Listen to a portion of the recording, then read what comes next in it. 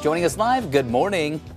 Good morning. Good morning. I'm in my translator app, and I'm trying to figure out if that song was about a dead person on a plane or not. There's a very specific song to come out of this. I know. I don't think that's what this song is about. Our team does work really hard to try and, have some fun and coordinate the music to what we're talking about. Yeah. I don't think they have a track for this one, you guys. I don't know if any artist has a song about a dead person on a plane, and probably for good reason. Yeah, this is wild. Okay, so this is a couple was headed out on their vacation and shared this story of what happened to them on their flight. And oh my God, yeah, you guys got to give us the rundown here. Okay, so they were on their way to Italy, and a woman was in the aisle. She collapsed. Crew members rushed over. They tried to resuscitate her. Unfortunately, they were unable to do so.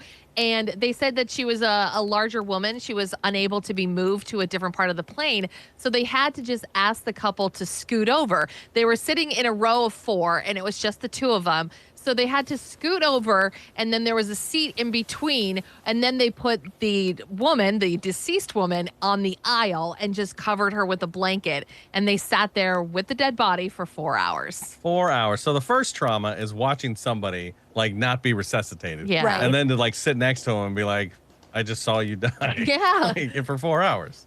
There are so many levels of speechless to this. Right. I mean, and again, I am not saying that I know what to do in this scenario. I don't even know what I would do. pretend. Yeah, I don't. I'm not trying to sound like that person, but I mean, somebody died, right? And there's the jaw-dropping factor of this couple needing to sit next to a corpse, and I get that, but the fact that you did, just to your point, you watched somebody collapse and die in front of you, which is traumatic.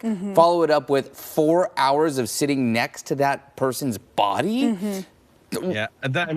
Yeah. And the body is in the aisle, so every time you've got to use the bathroom, you've got to go, excuse me, and walk past it. Oh my gosh. What's the fallout here? What happens now? Well, So many lawsuits? That's the rule. That's according to the aviation handbook. That's what you're supposed to do. You're supposed to prop the dead body up and set it there until you land, because there's really nowhere to put it. Well, okay, so Nick is right, but they're saying that it shouldn't have been in an occupied aisle, that it wasn't a full flight, and that the wife of the couple eventually was like, this is too much trauma. She moved to a different part of the plane, but the husband stayed in his seat, and at some point he should have been moved to business class, or if any other open seat, he should have been moved so that nobody was forced to sit next to a dead body. Yeah, as of right now, I don't think there's any upgrades in their future, or are they going to go first class on the way home? I don't know. I don't know. Wow. I mean, What do you say? admittedly, I've never read the aviation handbook, but I feel like there is something along the lines of, I don't know, an emergency landing or a diversion or something else, and that you would maybe try to figure out first, and then certainly not putting this person in a row with other people. Oh my goodness. Here in this country, we have made emergency landings and turned around for people passing gas. I'm just going to throw that out there. Really, really bad farts have grounded planes before. Yeah. So The problem comes is that between here and Italy, there's not a lot of countries that we can land in. this Or is water. true. So This is true. We can't just throw her in the ocean. So if you're not in an area where you can land, what do you do? That's to wild. Kristen's point, put something between putting this body in an aisle seat and these people in the window. Just has to, I don't know. But wouldn't you be kind of mad if they put her in first class? You're like, wait, there was an open spot. Stop.